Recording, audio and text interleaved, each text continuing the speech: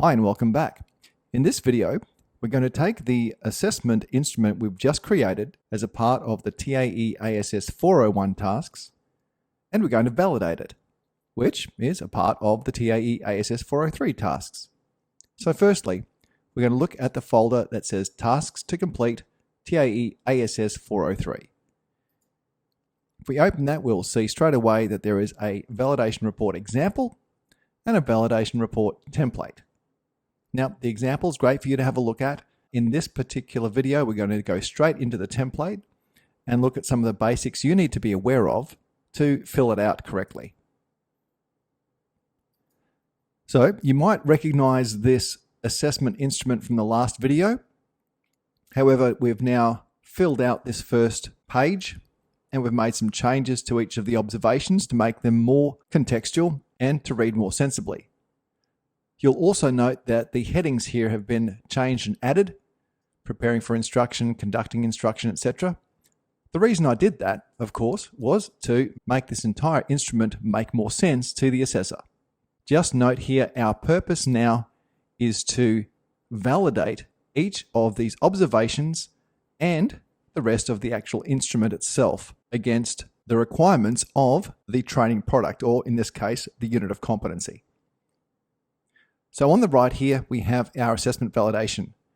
The paperwork is broken down into two parts. Firstly, there's the cover sheet, and then there's the checklist. For information on how to fill out the cover sheet, just go to the example, but we're going to go straight into the checklist itself and go straight to the questions here. Now, what we need to do is ask these questions, go into the individual parts of each of the main questions, and apply them to the instrument. So let's look at the first one.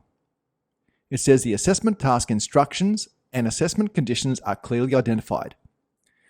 Were the instructions clear? Instructions to the candidate assessor are obvious. Were the assessment conditions clearly identified, and are there reasonable adjustment parameters included? Okay, so we're looking to go yes, yes, yes, yes here. If we do that, we can throw a yes in here and we can scroll down to the next question. However, if we have a no in here, then we have to tick no over here and fill out our recommendations. So there's a cover sheet. There's the observation checklist with an instruction that says to be completed by the assessor observing the training session. And there's the results component where some reasonable adjustment is identified and the result is recorded. So to me, that doesn't look like there are particularly good instructions. What is there is clear, yes. However, they're not particularly obvious as there are no instructions to the assessor per se. It doesn't speak about the assessment conditions anywhere on this document, and there are some reference to reasonable adjustment at the end. So you may want to tick yes or no in there and have a no in here and your recommendations. Without going through every single question here, it's important to keep a critical eye on all of the components of this assessment instrument as if you were somebody who had nothing to do with the creation of the instrument. Having an arm's length approach like that helps to ensure that you have a more analytical evaluation of the actual instrument itself, and there's a better chance of you finding what is and isn't correct with the particular document. I'm going to go directly down to the evaluation questions relating to the principles of assessment and the rules of evidence. If your instrument meets the principles of assessment and can provide for the rules of evidence, then it should overall be a decent instrument. I'm not going to go into what valid, reliable, flexible, fair, authentic, current, sufficient mean. This was part of your Cert 4 and you can readily access that either on the RTO standards or just by Googling them. However, to apply it to this particular instrument, I might just have a look at a couple. So firstly, reliability.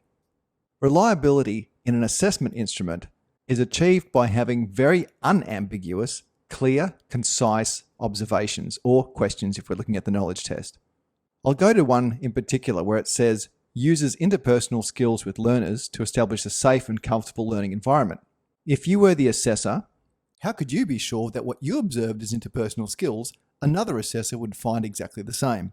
Could some clarity be included in this particular observation, for example? If that is the case, you would simply go back to your assessment validation report, put no in here, and write question 7 requires clarification or something to that effect. With the rules of evidence, generally we're speaking about an assessment instrument that has been trialed and you have evidence of an actual assessment being completed. However, for the purposes of completing this particular assessment instrument validation, we can look as if this particular instrument has the foundations for delivering on these 4 rules of evidence. I might pop down to these 3 here specifically. If this instrument is going to deliver authentic evidence, there should be something in here that requires the candidate to sign some sort of declaration of authorship, which there is. It's also a direct observation. Therefore, the assessor themselves will be observing the person doing the task. You can't get much more authentic than that. Current.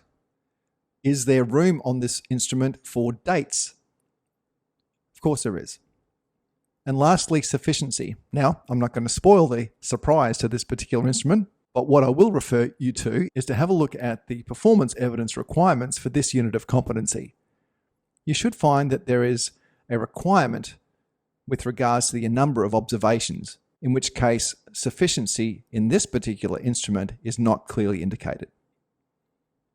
At the end of this report, you sign and date with the others who have looked at it. You're not going to make any modifications at this stage. If you were doing the Assessment 502 unit, which is Design and Develop Assessment Tools, you would be conducting the modifications as well as a part of your development. But for the purposes of the gap assessment, that's not necessary, so you tick no. And that's it for the assessment validation of your assessment instrument.